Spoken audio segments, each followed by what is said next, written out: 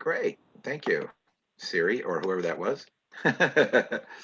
Okay, so as I was saying, I wanted to share a couple more thoughts before we go into discussion about this idea of happiness. So what I'd like you to do, I asked you to think about that, and then what we're going to do in the breakout rooms is just share. Um, Maybe you came up with something during the week. Maybe you'll come up with something um, as we get into the topic a little bit. So first, I have to share my thingamajig here. Show current slide. Boom. All right. Let's see. So I'm going to move this. So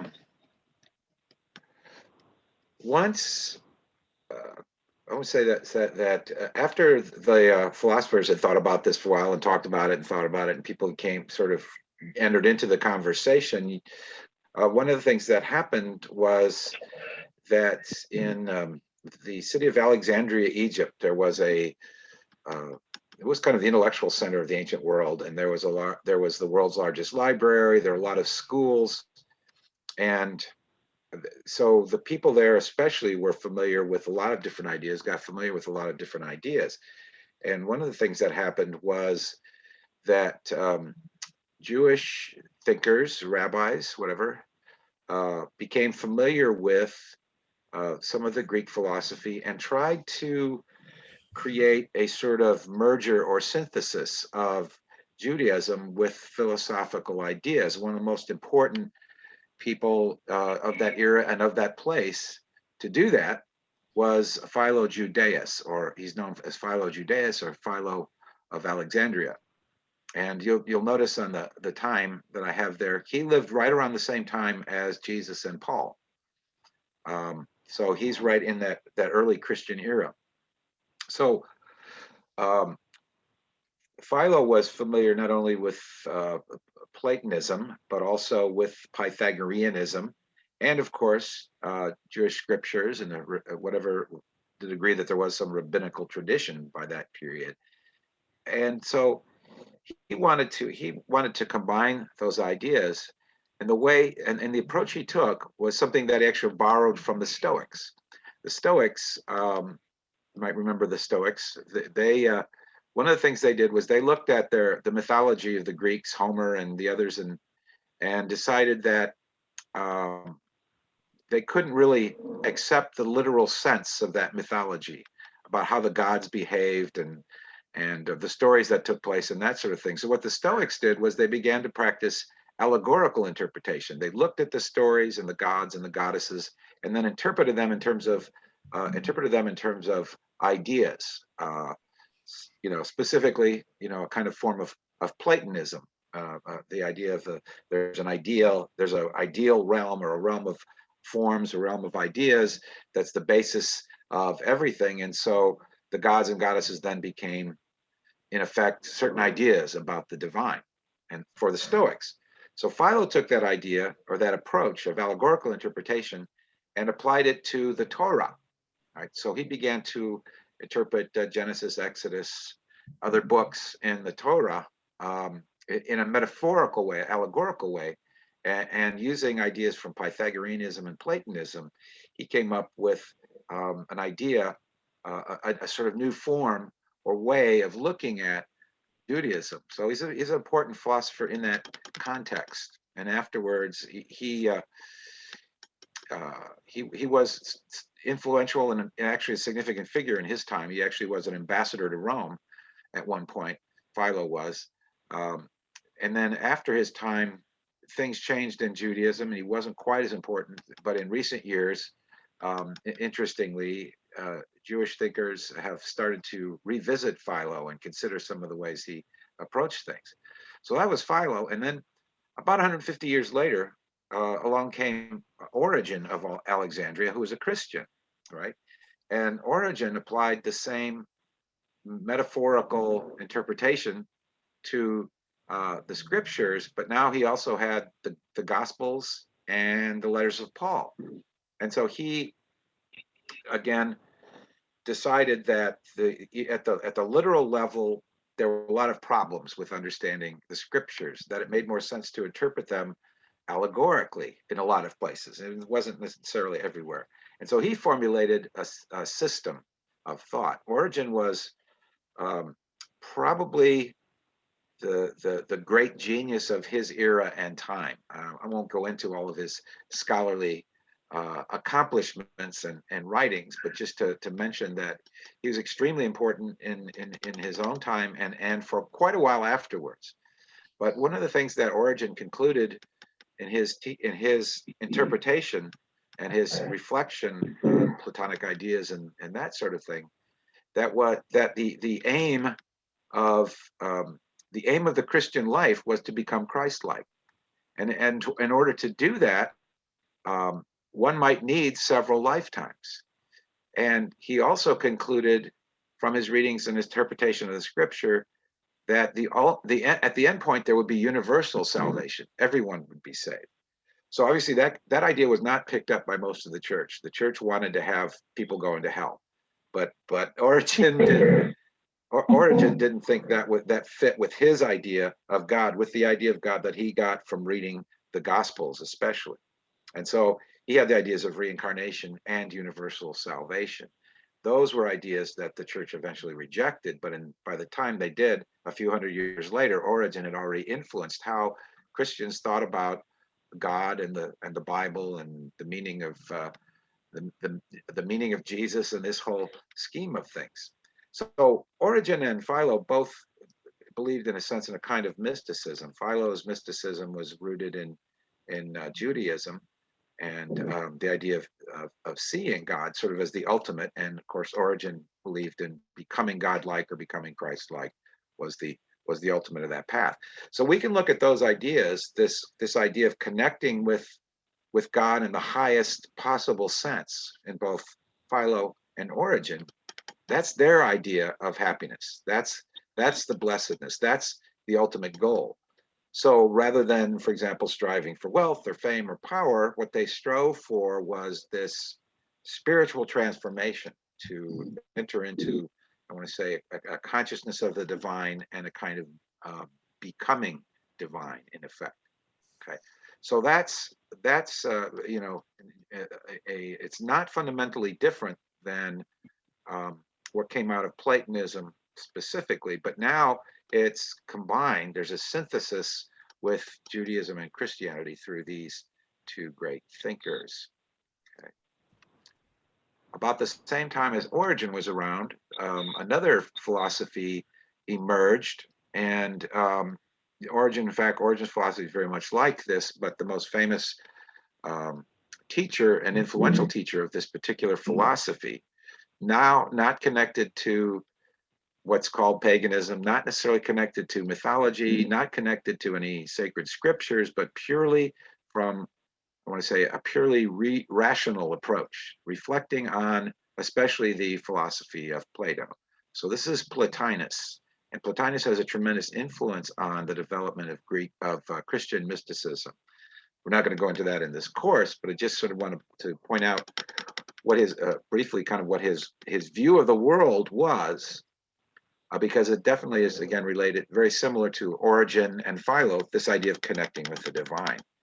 So for Plotinus, at the beginning, I want it not even at the beginning, but eternally, there is what he called the one, and he equated the one with eternal, unchanging good, first principle of all things, and sort of, in effect, indescribable. He had an emanation theory.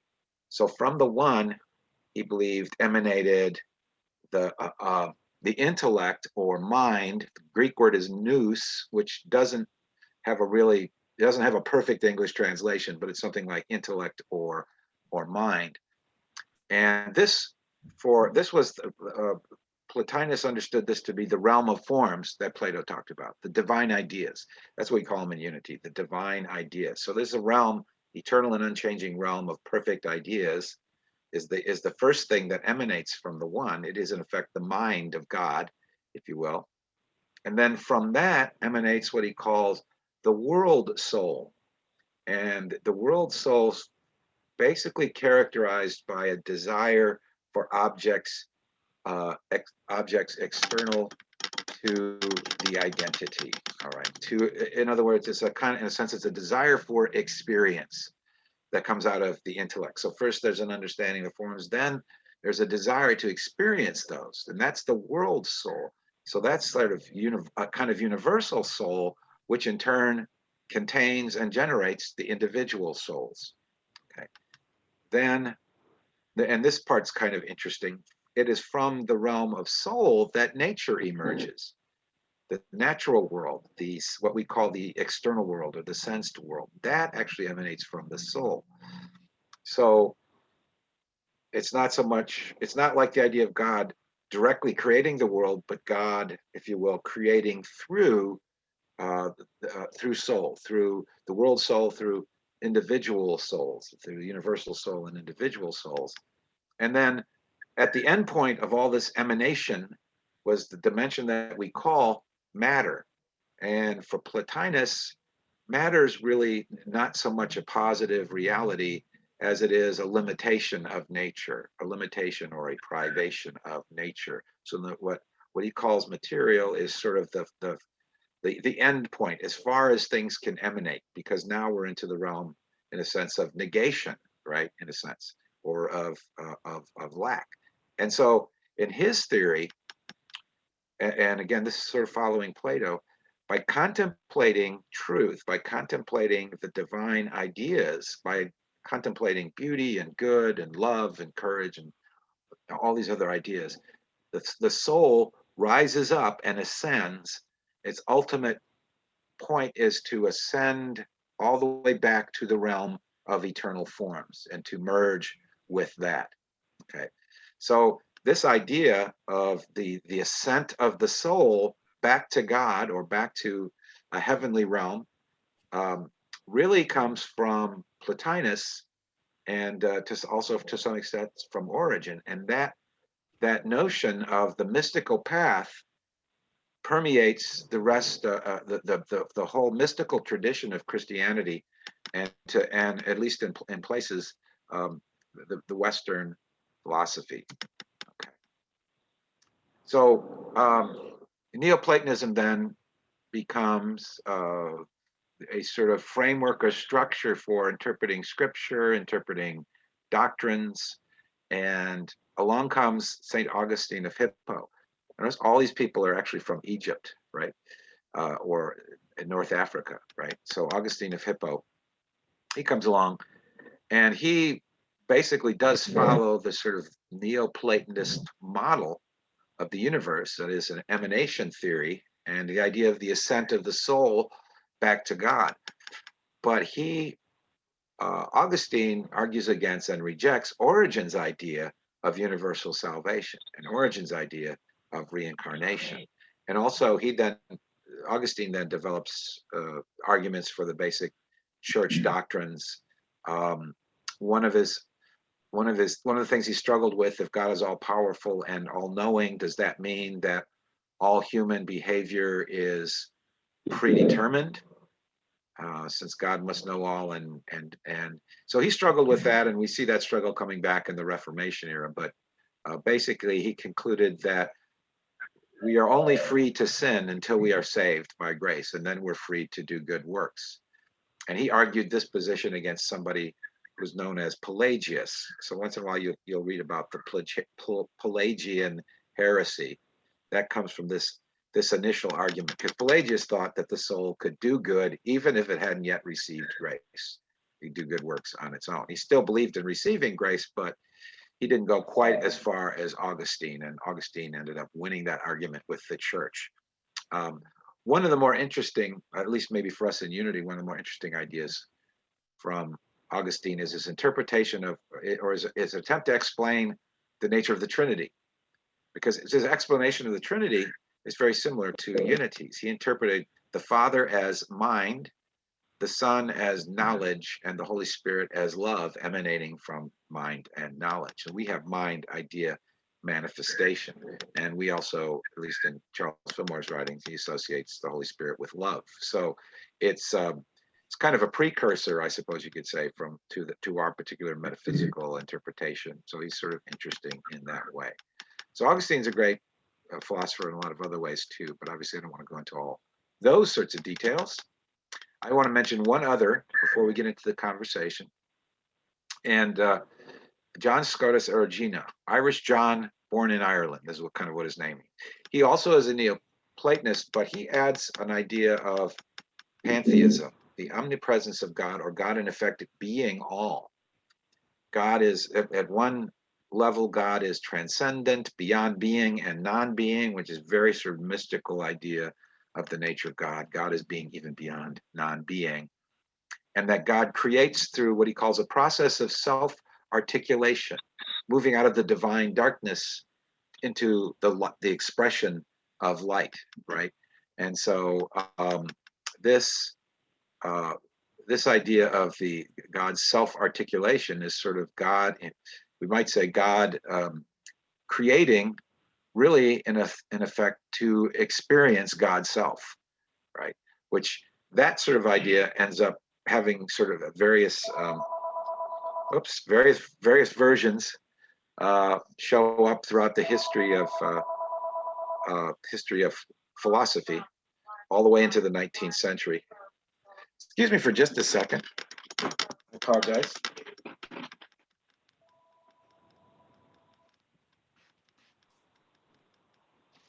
I have to take my phone out of the room. I'll be right back.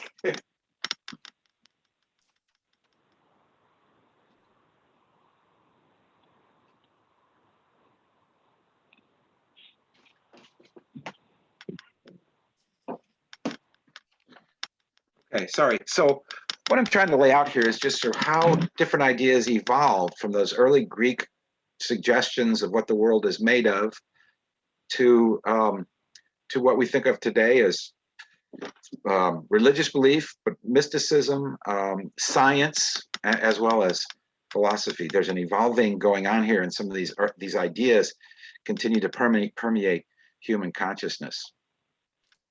So anyway, for John, this process, again, is a Neoplatonic process.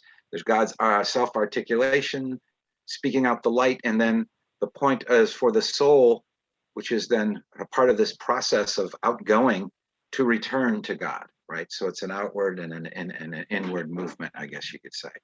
And John then says that God is the substantial essence of all things, and every creature is an appearance of God. So God is everywhere, and everywhere you look, as the Quran says, everywhere you look, there is the face of God, right? Every creature is an appearance of God in some sense or another. Okay, so now, having sort of quickly gone over those few philosophical ideas, we come back to our question from last week that I introduced and gave you a chance to think about. And just to recap again, there's a number of different ideas about the way to happiness. And we don't have to think of these ideas as mutually exclusive. They could all be part of, in a sense, our pursuit of happiness, but we might think of one or a few of them as being sort of the most important thing or the essential thing even. So that's the thing to kind of reflect on, and to some extent reflect on, what do I actually mean by happiness? What do I personally mean by that? So we see these different theories, and I put the names next to them, but one idea is simply living a good life in the sense of being virtuous. Another idea is actualizing potential and fulfilling our human purpose. That was kind of Aristotle's idea, but for him that did not exclude living virtuously, because that's part of our potential. I don't know if you remember the Cynics and Stoics. We talked about them a little while back, but their idea was freedom and non-attachment. So they were sort of the ancient world's minimalists, or even we might even think of them as hippies, right? They tried not to be. I'm not into possessions, man. You know, it's that sort of attitude, and they thought of that as that kind of freedom as the true happiness.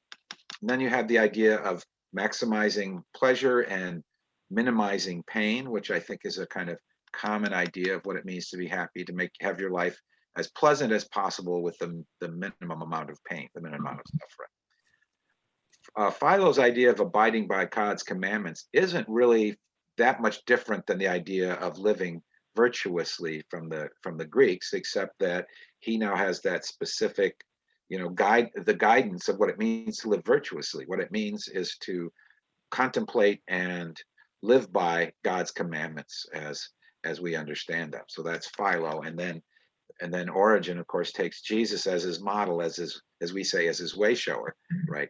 That's the way to attain happiness. But a number of them combine that with the idea of the ultimate good is the mystical union. So those are just briefly the basic ideas from these eras about how to live a happy, blessed, virtuous, flourishing life. And so what I want to do now is to give you an opportunity to share with each other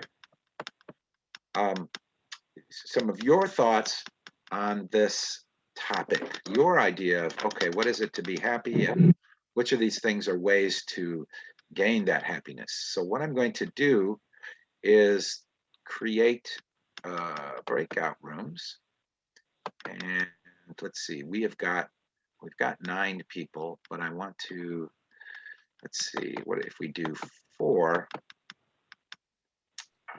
That will take care of 8 of us. Let's see what happens.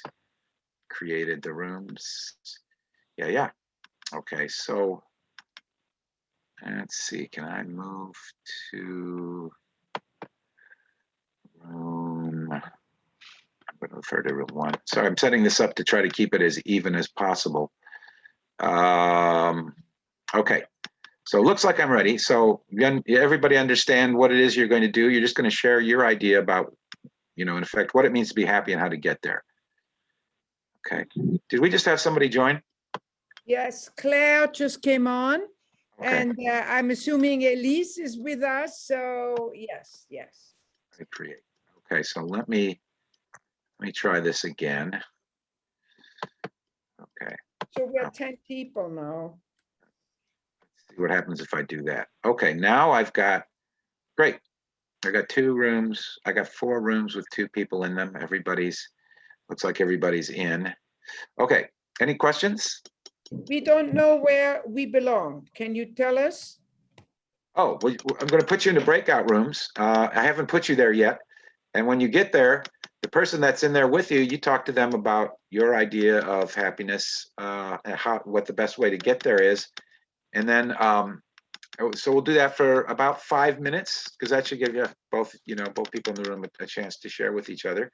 And then we'll come back. Okay. Okay, here we go. See you later. Well, I don't know where I am. You'll find out.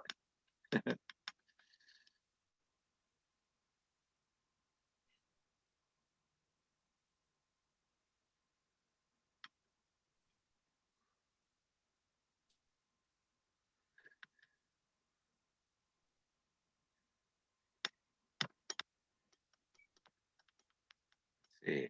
Oh, and here we are. Hi. Yeah, so everybody's in a room. You and I are as co-hosts are in the main room, so that worked out nicely.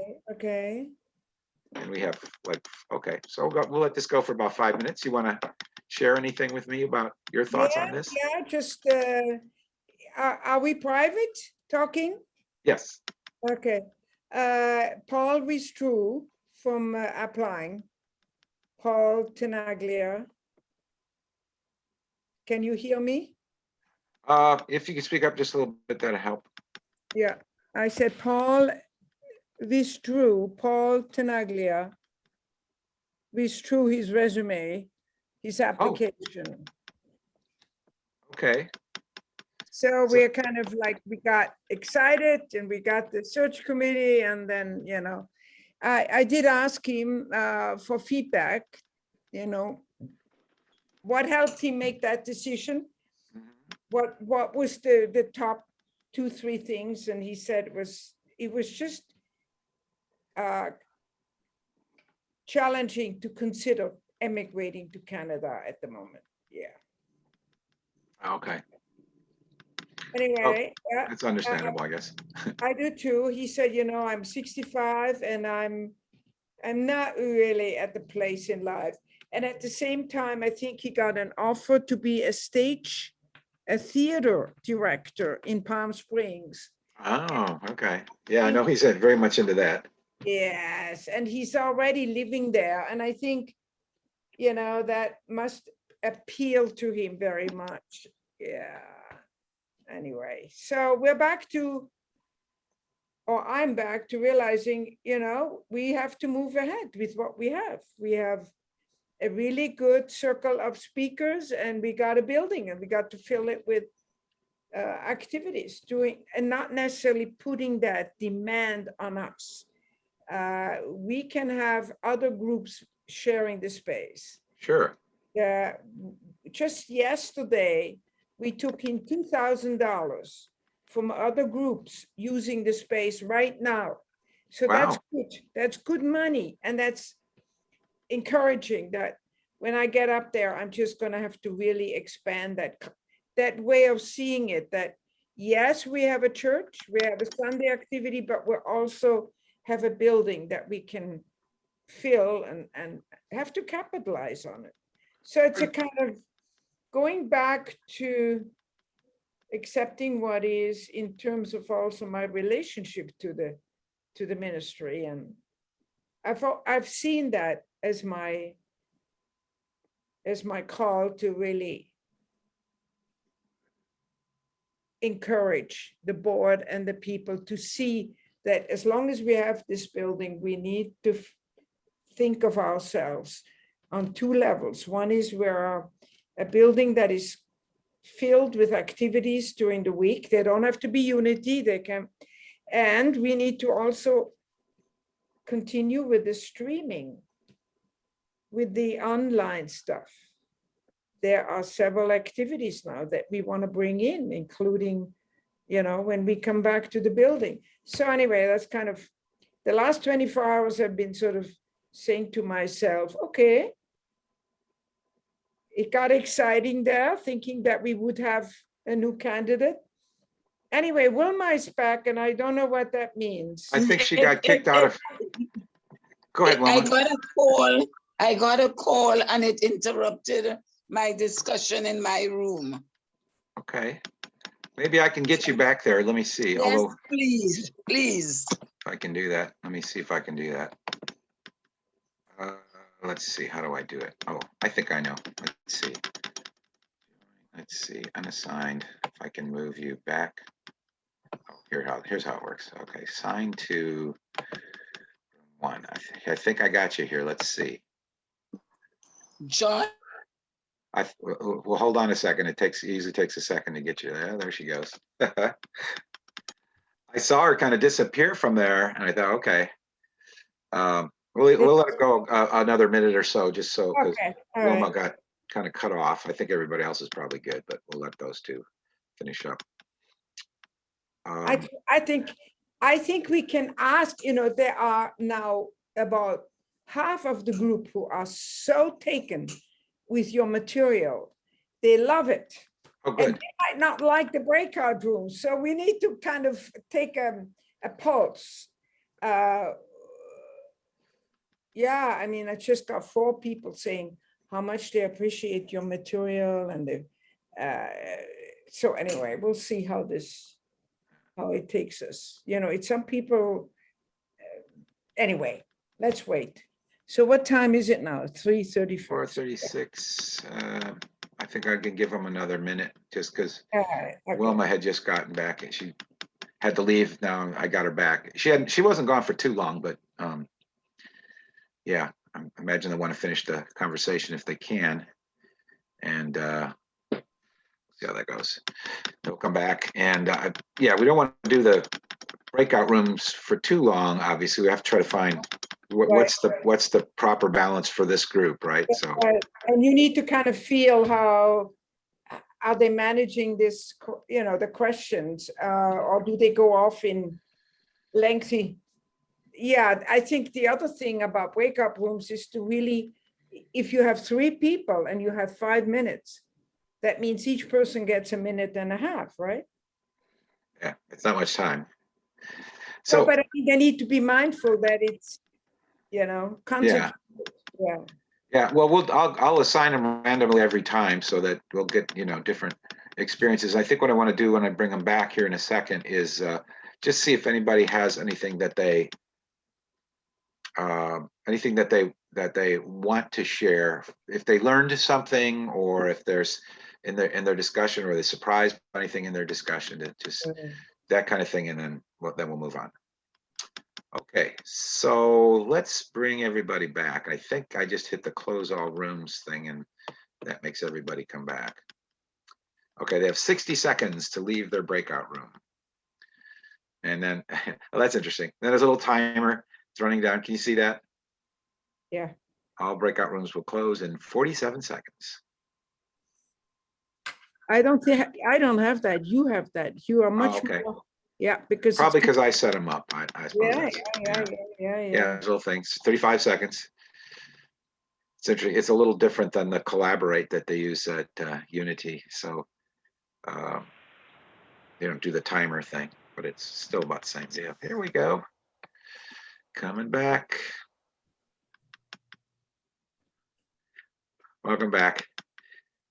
It takes according to my timer, everybody will be back in 10 seconds. 5 seconds. Thanks, Jim. You're welcome. All right. And now we're all back. Yeah, that was a weird experience. It was weird? Okay. Yeah. Very nice. Yeah. Tell me why it was weird. What was weird about it? Well, it was just a little weird because we didn't connect at first, and then we did, and then we didn't. Oh, yeah. Sort of popping in, popping out kind of thing. It's a little bit like on Star Trek when they beam people up. There you go. But it's okay. On for a little while, and you come back. So before I move ahead with some more philosophical ideas, does anyone, are any of you maybe surprised by what you heard the other person say, or did you find yourself in basic agreement? And just, I want to see if anybody had anything particular to share on that. Were you surprised, or were you basically in agreement in your perspective? Basically in an agreement. Yeah. Yes. Okay. And Lisa, would you tell me what the agreement was? I would say that we landed on mystical union as the primary indicator of happiness. Okay. Yeah. Did anybody have anything different than mystical union, or was everybody, are you all, is this like just a whole group of mystics? Is that what we're dealing with here? Well, we talked about living virtuously and what it meant to us. And Catherine and myself, correct me, Catherine, if I'm wrong, but we seem to be in agreement with, giving out certain things, and you see it coming back to you, love and whatever. Well, because we agreed that the energy that you give out attracts the same kind of energy. Okay. Like attracts like, be it positive or negative. So if you want to live and be happy in your life, your relationships, your affairs, you give out, gentleness, kindness, love, peace. Okay. And it comes back to you. So what I hear in that actually is a little bit, well, certainly a unity perspective, but a little bit the idea of Philo living according to law, except in this case, I mean, it is a law that's sort of expressed in the scriptures in different forms, but basically the idea, if you live according to this law, recognizing what you put out comes back to you, that if you generate a certain kind of positive energy, that positive energy will come back, and that's where your happiness will be. So it's a little bit Philo, a little bit mystical, very very metaphysical. All right. Yeah. Cool. Well, let's look at a couple other things here, if that's all right. I keep seeing Marjorie wanting to say something. Oh, okay. I'm sorry, Marjorie.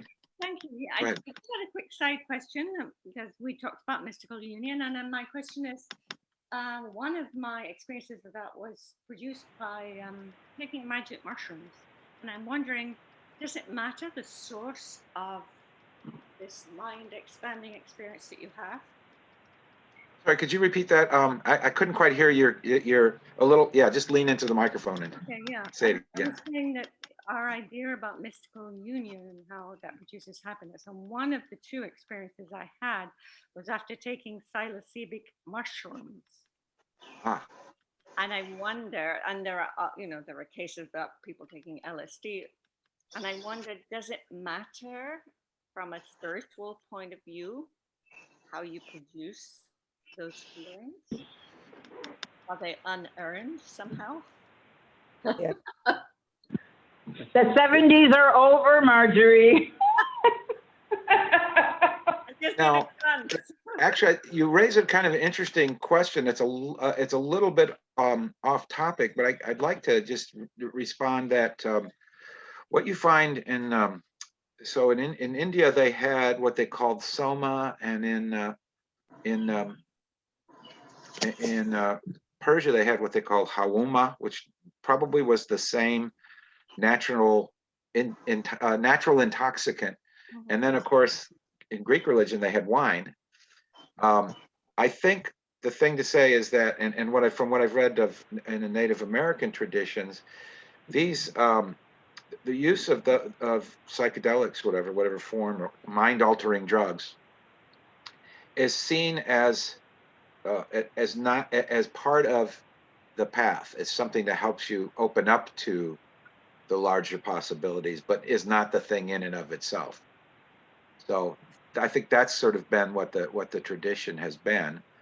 But it is a part of history of religion that even the Christians. I mean, we don't know how much wine they were drinking in those original love fests, and whether or not that had anything to do with anything. But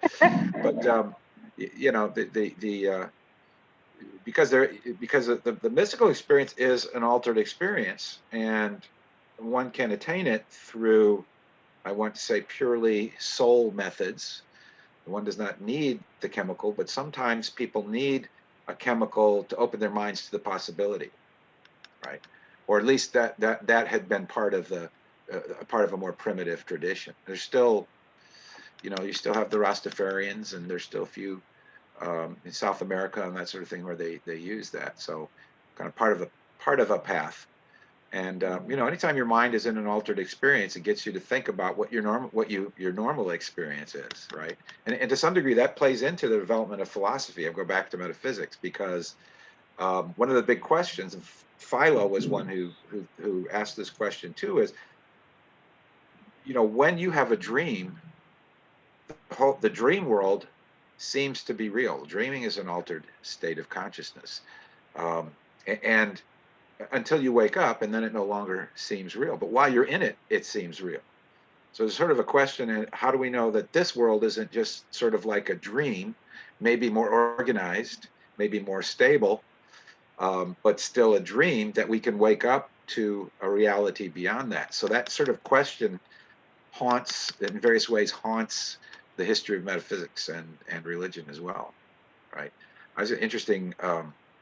Just last night, I think it was last night, I had a dream where I literally felt wind and rain and cold. It was kind of unusual for me. I mean, I'm used to my dreams being visual and auditory. I do dream in color, that sort of thing. But to actually feel rain on me, I hope there are no Freudian psychologists in here, because you're going to go, okay, what does that mean? I hate Freudian psychology, but anyway, it's sort of, yeah. So, but that seemed very real while I was in it. So that's a question that kind of haunts people. But my point is, altered states of consciousness do have something to do with leading us to sort of the ultimate altered state, and to maybe what happiness is, right? Okay, so We need to go on, yeah. I'm sorry, was there another question? No, we need to go on if we. Yeah. Okay. Yeah. That's what I was fixing to do, as we say here down south. Let's see, Plotinus. Okay, I gotta get to Zoom. Okay, I'll just do this. This will be the easiest thing. Okay, that's where we were. Let's see what's next. So our next topic, I need to I need to keep track of the time here. I'm not sure where we are, so I'm going to just. The quarter two. Okay, I'm putting a clock up. Okay, quarter two. Thanks. So the next section, and this is, it's a little bit of a superficial separation of the different eras to answer different questions, because these questions don't necessarily stop in these eras, but in the different eras and go on to something else. It's kind of like it continues.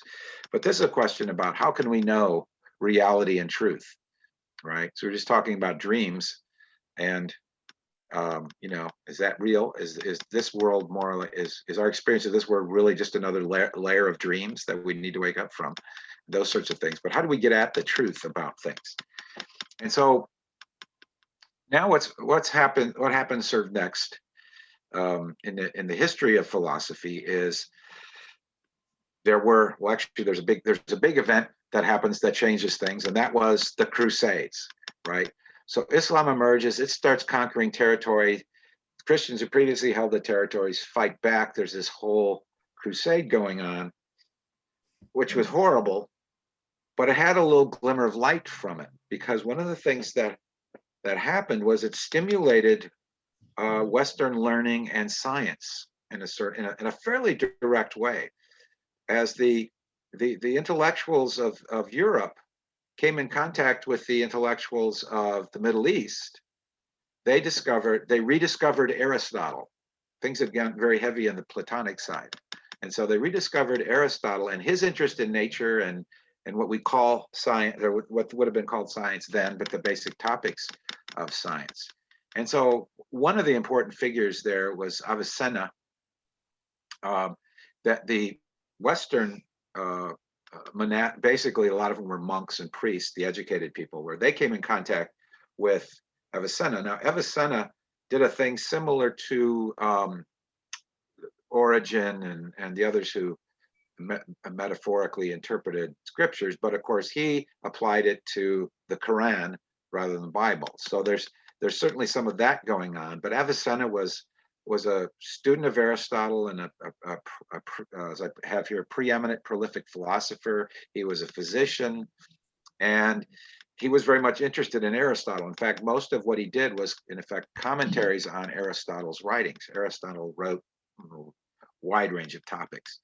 Avicenna also produced a 5-volume medical encyclopedia, which became a primary text in medicine in both the Middle East and in Europe for about 500 years. So he was fairly significant, someone that we don't often hear about.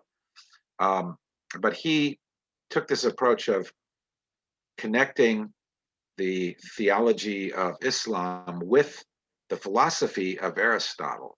And that's the thing that impressed the Western scholars. They began to be fascinated by Aristotle, using his ideas and his methods and applying them to their ideas about God and nature and the world. And also, you know, it also stimulated exploration of nature, to understand nature. Because remember, for the Platonists, nature is just an imitation of the divine ideas. So it's not really that important to understand that. It's more important to understand the divine ideas.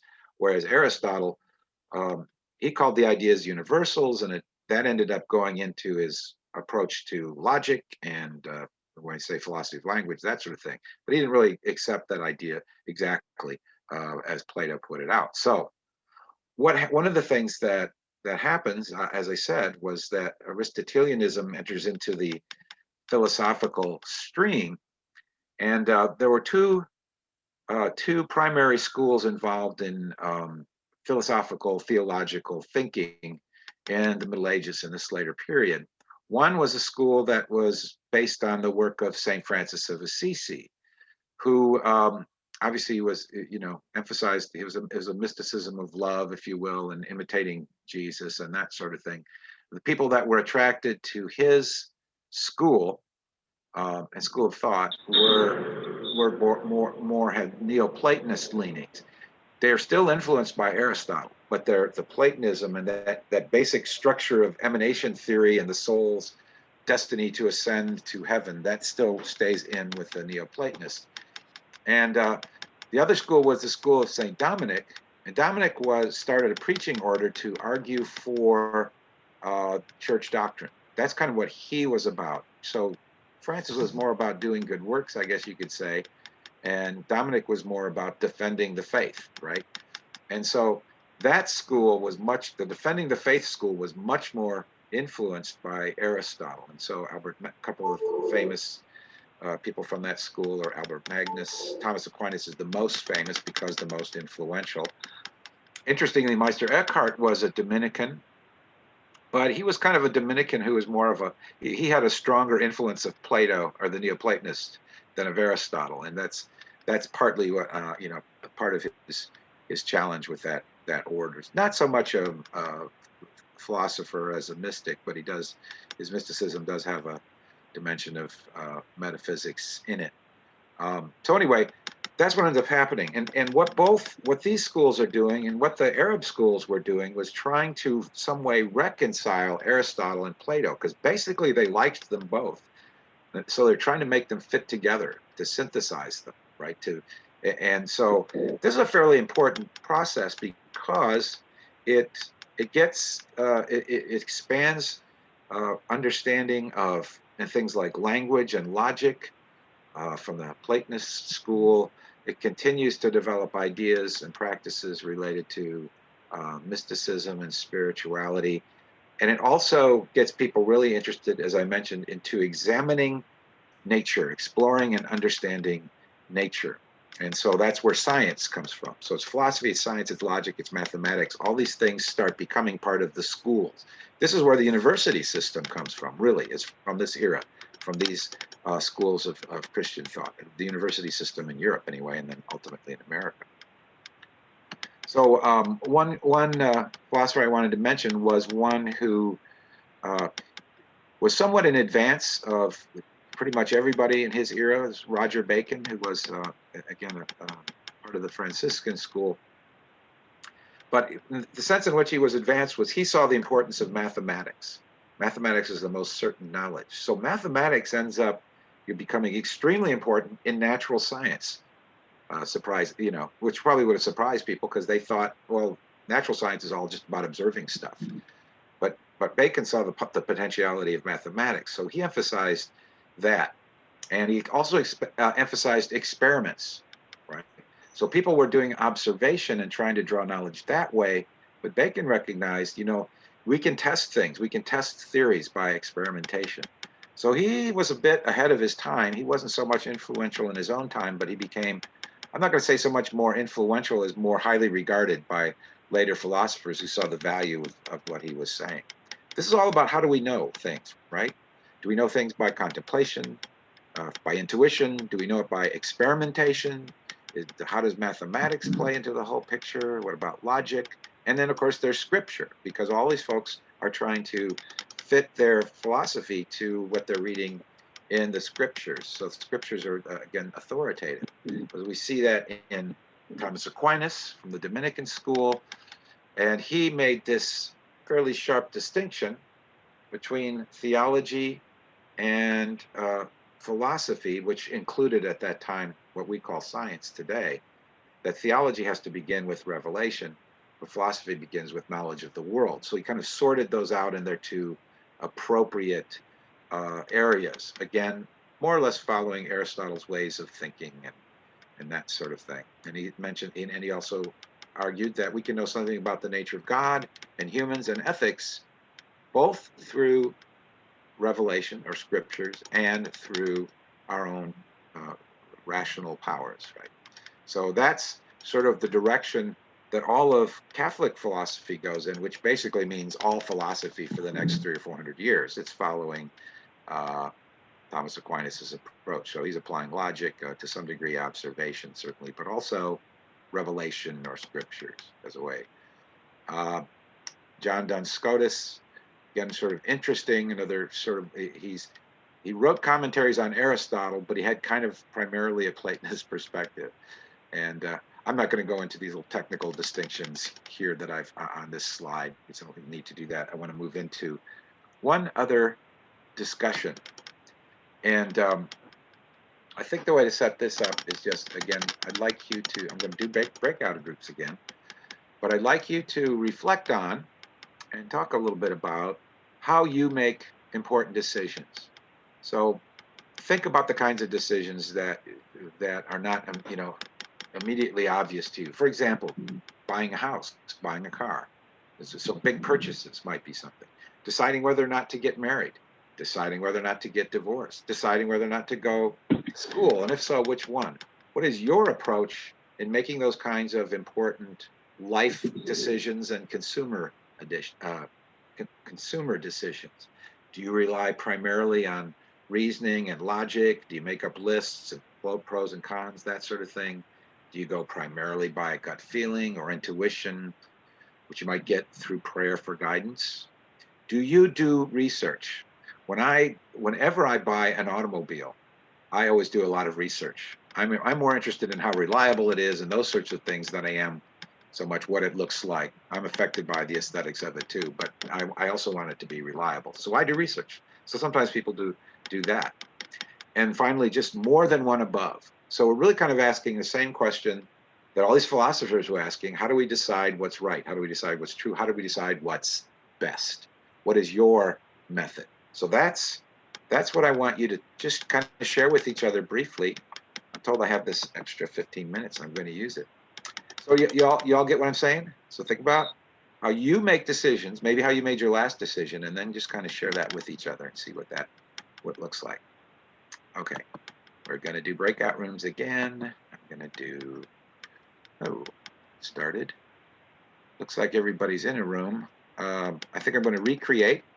Just, let's see.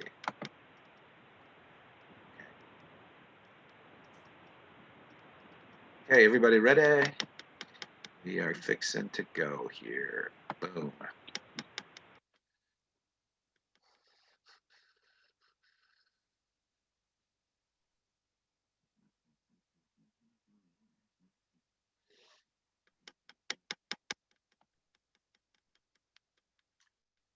And we're back together again.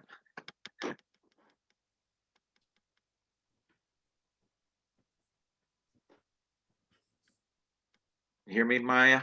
Yeah. Okay. So I'm kind of curious. Do you have preferences about how you make important decisions? Oh, yeah. I'm chronically accused of not deciding. Ah, I like to keep my options open, my husband says. okay. But there has been, I think I do some research. I like to know. I like to know. I'm curious. I like to know. But then the deciding moment, usually, I really feel comes, like, for example, this whole thing about this summer, going up to Canada, right? People in my life want me to decide, when are you going? When are you leaving? Have you bought a ticket yet, right? I can last for much longer than the others, not knowing when. And then somehow, I really feel like I'm being, in my weird sort of way, I'm being guided. There's something happening that makes it, the decision is made for me. So, but it's not easy on my environment. People who want to know, want to plan, feel like I can't make decisions, get accusatory, whatever. Yeah. So I think it's a mixture with me. It's trusting that because I want to keep the options open, I want to be as open as long as I can. At some point, the situation guidance emerges. You know what I mean? It comes in and it's very clear. Now, maybe somebody like my Bob would say, well, you're waiting so long till circumstances decide for you. I don't, that's too negative, I think. Yeah. What about you? So Myers-Briggs, you're basically what, an INFP? What's that again? The Myers-Briggs, you're INFP? You mean introverted? Intuitive, feeling, perceiving. I think so. Yeah. I think so. I appear, people say, oh, you're an extrovert. I said, no, no, that's my persona. My extrovert self is my. I recognize fellow introverts pretty easily. They can be very outgoing and real friendly and all that sort of thing, but they really just also need to have their alone time a lot. So, right. So, yeah, as far as how I make decisions, it in a way, it kind of depends on what decision is about. I don't make consumer decisions the same way I make life decisions, right? When I make consumer decisions, and it's pure research and logic. What, you know, it's like, okay, I need to get this thing, so what's sort of the best thing that's affordable for me? Yeah. And what kinds of things do I do, like buying a computer? Okay, so how fancy of a computer do I really need for what I do, right? I don't just automatically go, whatever's the best and most expensive, I'll get that. No, but I don't want to just get the cheapest thing. Like, okay, it's got to meet my needs. It's got to have good reviews and Consumer Report. That's research, that sort of thing. So I make consumer decisions kind of that way. Life decisions are, you know, if I'm completely honest, it's almost all intuitive. I don't make life decisions that make a whole lot of sense in any sort of rational way. I do it. I can't think of one that, like, whenever I've, you know, changed position. Well, just even going into ministry, that wasn't a particularly rational decision. I mean, I wasn't thinking about other than, you know, I wasn't really thinking about what were my special gifts, or what am I best suited for, and that sort of thing. I prayed about. I was concerned about. I knew I needed to go back to school in my case, and I just gotten involved in Unity a while back. I knew I had to go back to school to make any sort of advancement in any sort of career advancement, right? So I decided, I learned about meditation in Unity. So well, I'm going to meditate and pray for guidance. And that's all that just kept coming to me, which was shocking because that wasn't even on my radar to become a Unity minister, right? So that decision was intuitive. I mean, the love is intuitive when you know, to me, it's not something you make a list of, you know, this is the kind of person I'm looking for, and they have to have these qualities. I don't do that. I'd be terrible on the new dating sites and stuff. That'd be useless to me if I had to do that. I know. Me too. All my relationships were really what I would call coming at me out of left field. There wasn't like, this is what I want. This is what would fit into my life. Suddenly, you know, I was. But do you find that the way you make decisions in your life, that it's hard on people around you who want you to be more logical, more? No, I haven't found that to be so, because I usually decide stuff fairly quickly, so there's not much of a delay. And I consult with the people it's going to affect. So what's that? I guess that's reasonable, right? I suppose there's a little bit of logic in saying, you know, like when I was offered a position in New York, I didn't automatically take it. I had a conversation with my wife to see how she would feel about that, right? So those kinds of things. Now, when I write, see, when I'm doing my work, I'm very logical. I'm very organized. You know, how I think things through, what I write, why I say what I say. The starting point is always kind of intuition. Something gets you going that I need to write about this, or I need to teach this. That's what gets me going. But once I get into it, it's like there's research, there's that's what makes you reasoning. So you different methods for different stuff, I guess, right? Yeah. Oh, yes.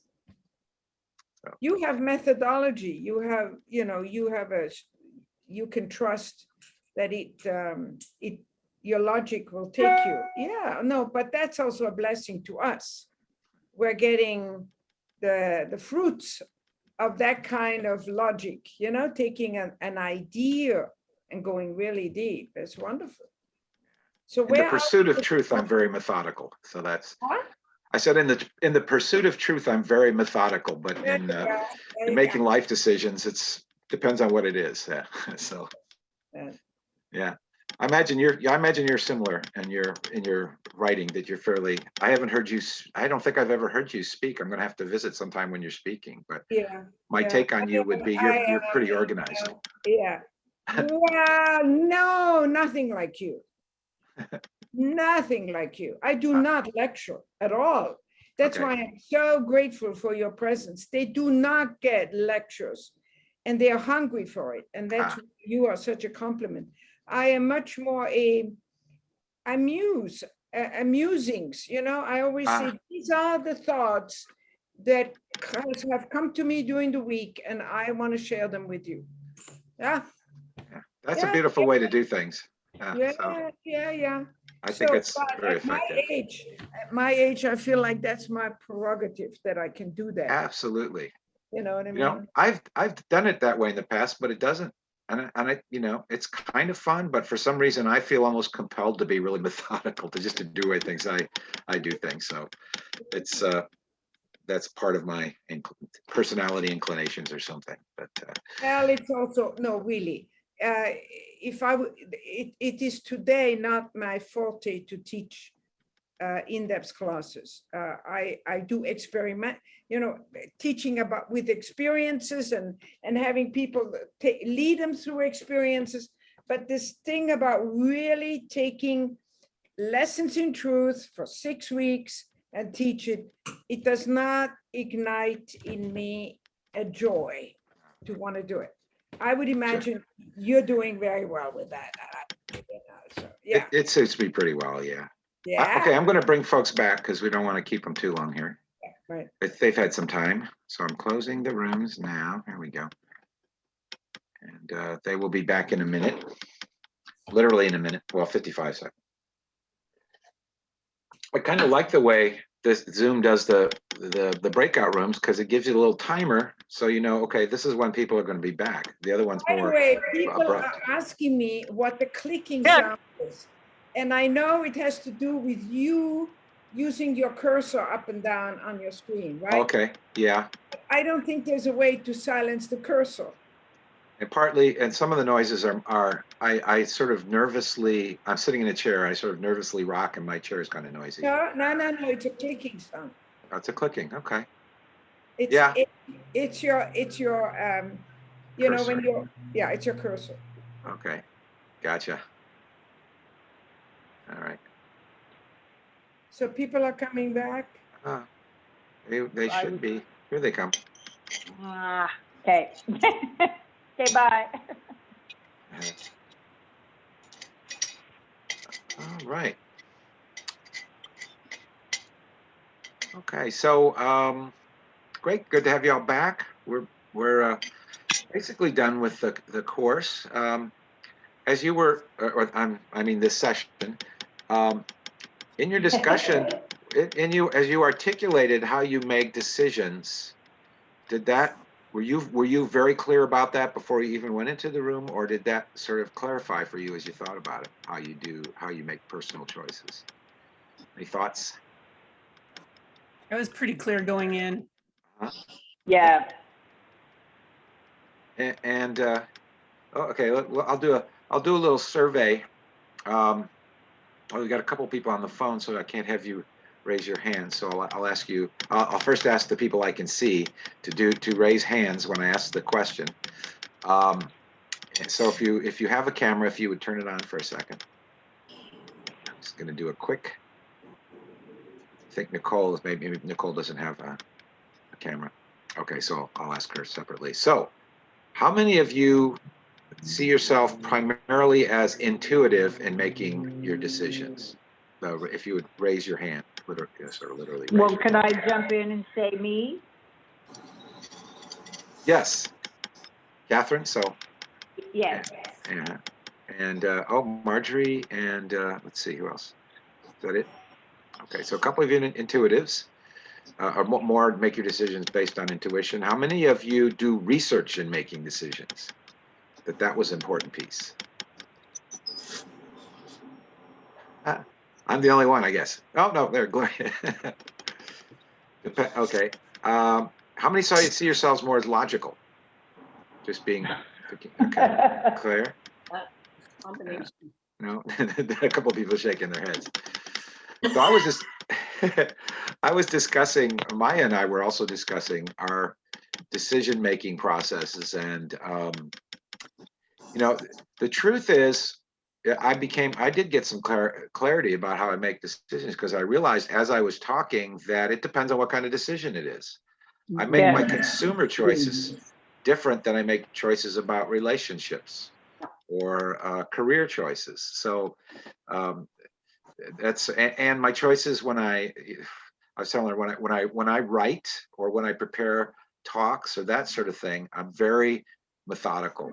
I'm very I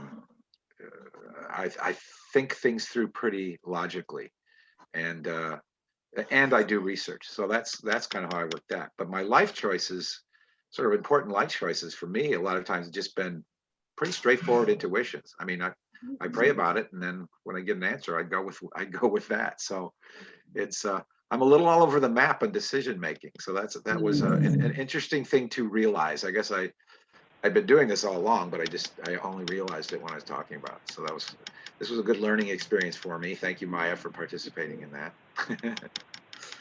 Okay. So the last thing, I'm just going to do real quick my screen share again, because I want to show you. Here we go. And let's see. Can you see this? You see the slide? Is that what you're seeing? Somebody just nod yes or no. Yep. Okay. Okay. So this was the last one, and kind of the next question, and we'll get more into this again next time as we look through some more philosophers. But the question is, how can we know the truth? That's different than making a personal decision, right? How can we know the truth? How do we get at it? How do we know, for example, that we're not just in another dream world when we're awake, and that we need to wake up from that? Maybe we are. That's not the slide we're seeing. Oh, okay, sorry. Let me try again. Thank you. Let's see if I figure out how to do this. Maybe I need to do this. Let me do this. Do. Yep, there it is. We got it. Got it? Yeah. Sweet. Okay. Yeah, sometimes a little confusing. Screen share thing. Okay, so what do you believe is the best way to understand the universe? And you notice sort of the last choice on the list there is some or all of the above. Okay. So, but you might hold one or two of these. You might be primarily think that the way to get at the truth is through science and philosophy. You may feel like it's revelation, or the word I'm using here is intuition, deducing things by reasoning from self-evident premises. We're going to see that kind of in the next one. And for some of you, the Bible, maybe not so much literally, but metaphorically understood, gets you at the real truth of things. And maybe it's all of those in some sort of hodgepodge way, or maybe it's all of those, but in a very systematic way. So these are kind of possibilities. And when I just wanted to show those, we'll come back to it. But one of the things we're going to be exploring is this whole idea of, is the universe mind? Is it matter? Is it both? Is it neither, really? Right.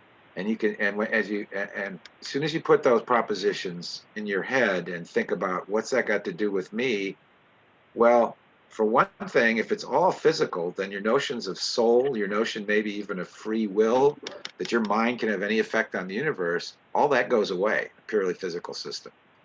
The pure mind system, all of that stuff comes back, or in a dualist system, it might come back. Your thoughts can affect your life, your body, that sort of thing, right? And you do have freedom about how you think, right? So those are fairly momentous questions for how we live our lives. And probably a lot of times we just sort of assume some things about the nature of the universe without exploring it more deeply. That's what philosophers are for. They dig into it. They ask the hard questions. They reason about things, and we'll see where that has led them in the remaining courses, the remaining sessions. So I hope to see you all again next week. I am complete, and if you are complete, I guess you can leave. Maya, do you need to talk to me about anything, or Lisa? Yeah, I'm fine. Okay. We Bye, see, everyone. we All right, see great to you. see you. Thanks for being here. Thank you. Thank you. Bye. Thank Bye. Bye-bye, Nicole. Bye-bye. Bye-bye. Bye. Thank you. Bye-bye. Love you. Love you.